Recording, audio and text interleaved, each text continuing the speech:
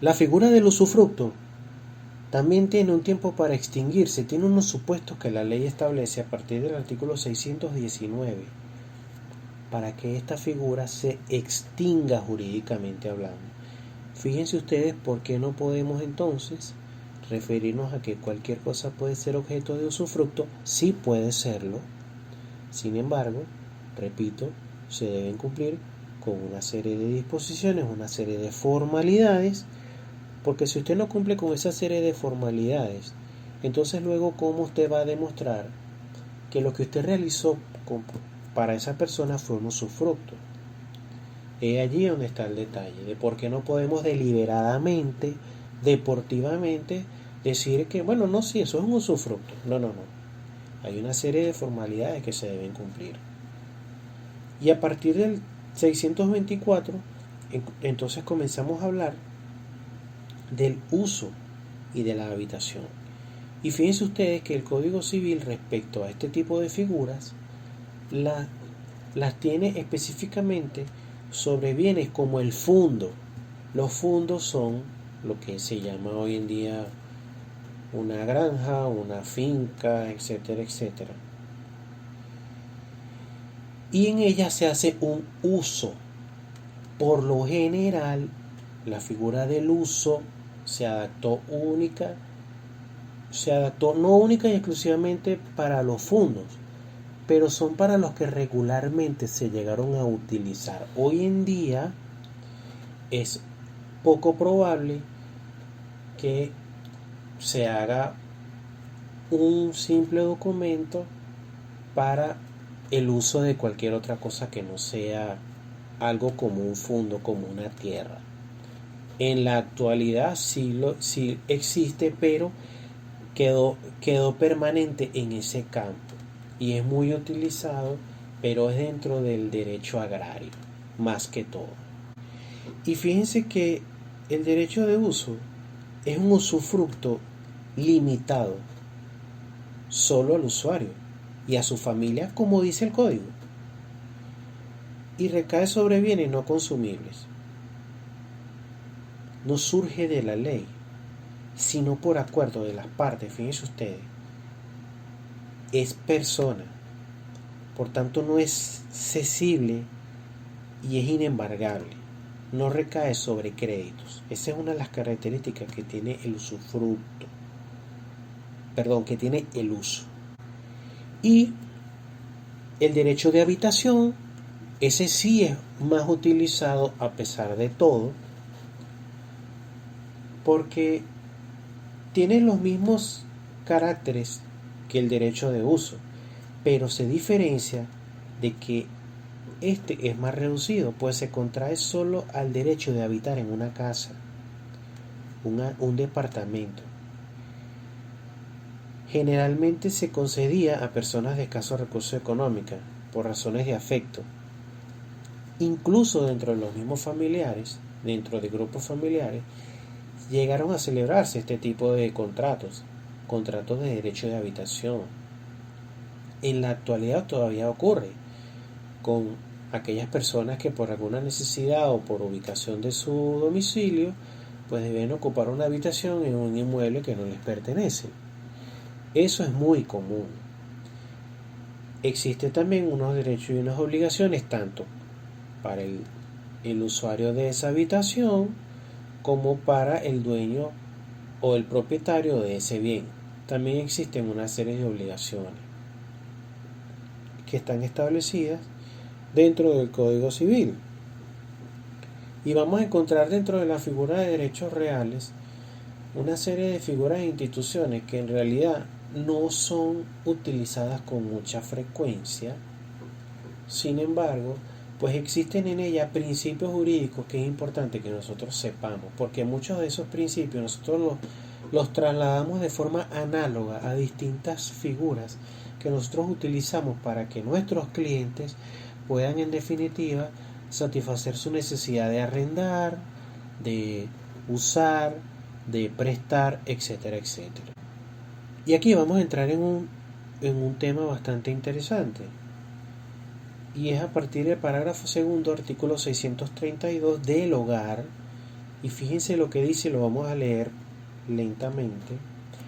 Puede una persona constituir un hogar para sí, es decir, para él y para su familia, excluido absolutamente de su patrimonio y de la prenda común de sus acreedores. Fíjense ustedes que aquí ya el código establece una limitante: excluido absolutamente de su patrimonio, es decir, del patrimonio que ya posee esa persona, y de la prenda común de sus acreedores. Es decir, aquí el código está diciendo lo mismo dos veces. Porque una persona puede establecer un hogar en otra parte con su familia por medio de un documento, ¿verdad? Y establecer de esa manera que lo que allí se establece es excluido totalmente de aquella persecución que él puede sufrir por cumplir con obligaciones que él deba a algún acreedor. Les digo por qué. Porque el patrimonio del deudor es la prenda común de los acreedores. ¿Qué significa esto? Que todo aquello que tenga la persona en su patrimonio es la joya de la corona para todos los acreedores que él tenga. Es decir, él con su patrimonio le responde a cuanto acreedor él posea. Él puede excluir a través de la figura del hogar, sufrir de algún embargo, sufrir de alguna pérdida patrimonial, haciendo una excepción, estableciendo el hogar, decretando o excluyendo de su patrimonio personal y de la prenda común de los acreedores el establecimiento de esa figura. Ese derecho permite sacar fuera de su patrimonio algunos bienes para ser utilizado en su subsistencia y la de su familia. Esta figura también queda un poco obsoleta en el Código Civil. No significa que esto haya dejado de estar en vigencia.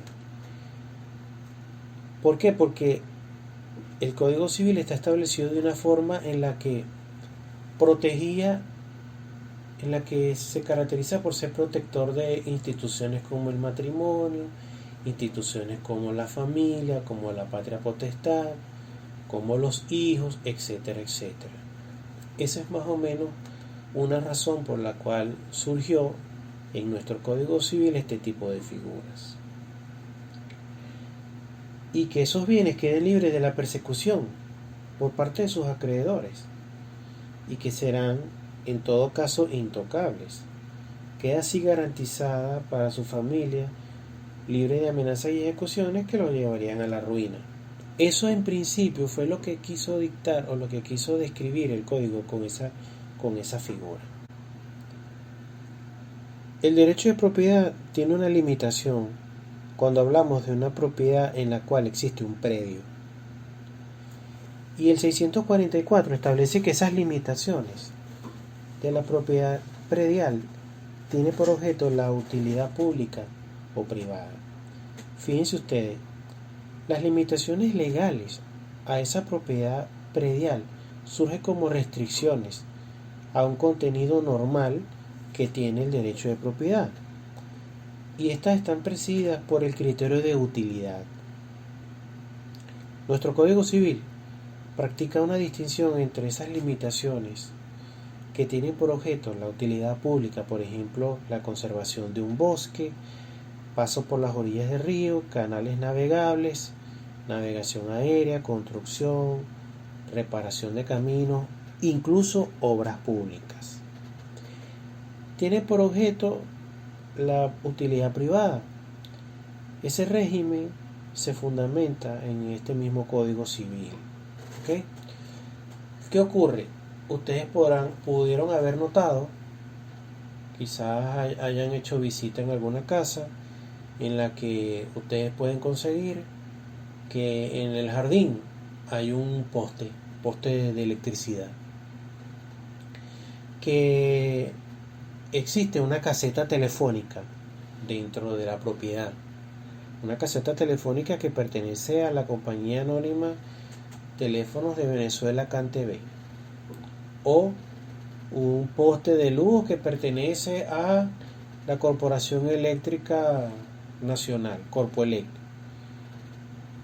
Y ustedes dirán, bueno, pero esta es mi propiedad, ¿por qué está, qué hace rompiendo este poste aquí mi propiedad? Pues precisamente ahí están las limitaciones legales de la propiedad predial, porque por utilidad pública el Estado, ¿verdad? En virtud del beneficio del colectivo,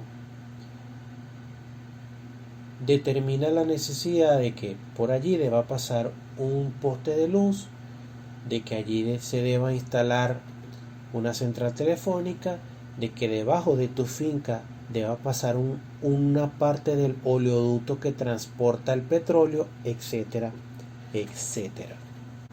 Por supuesto que las limitaciones de esa propiedad se derivan de la situación que describa en cada lugar. Eso lo van a encontrar a partir del 647, perdón. Ojo con estos artículos, ojo muy importante con esos artículos. Pueden ir para el examen, ojo, les paso ese primer tips. A partir del artículo 659 pueden encontrar que existe también un derecho de paso, un derecho de acueducto y de conductores eléctricos, que fueron los tres ejemplos que no les mencioné anteriormente, pero que quiero que ustedes sepan y lo vean en el ejemplo real. A pesar de que tu casa es de tantos metros, por debajo de ella también posiblemente estén pasando las aguas negras de tu vecino. Eso es una limitante del derecho predial. A partir del 659 van a encontrar una serie de disposiciones que también deben repasar cada una. Quien tenga alguna duda sobre alguna de ellas puede perfectamente exponerlo a través del chat que tenemos. También quiero que tomen en cuenta el artículo relacionado con la medianería, figura que la van a encontrar a partir del 684. Luego van a encontrar las distancias, obras intermedias que se requieren para ciertas construcciones, excavaciones, etcétera, a partir del artículo 700. Es muy importante que manejen este tipo de disposiciones legales, porque en la práctica del ejercicio se van a encontrar con problemas de este tipo para establecer la partición de tierras, etcétera, etcétera, entre familiares, herederos, etcétera, etcétera. El 708 les habla sobre el desagüe de techos, muy importante, también existen muchas demandas de este tipo. Las servidumbres que en la práctica es como una especie de paso, son unos predios, son derechos accesorios. Es bastante interesante el tema de las servidumbres y lo van a encontrar a partir del artículo 709. El establecimiento de estas servidumbres a partir del artículo 720. La manera de ejercer ese derecho, las limitaciones legales que posee 726, el modo en el que éstas se extinguen, muy importante, ojo, a partir del 748, y finalmente hasta el artículo 758. Quiero que presten especial atención porque aquí culmina el tema de las servidumbres, aspecto que es muy importante, porque en el próximo audio vamos a entrar en una institución totalmente distinta y que tiene mucha relación con el tema del derecho de propiedad, que habla sobre la comunidad.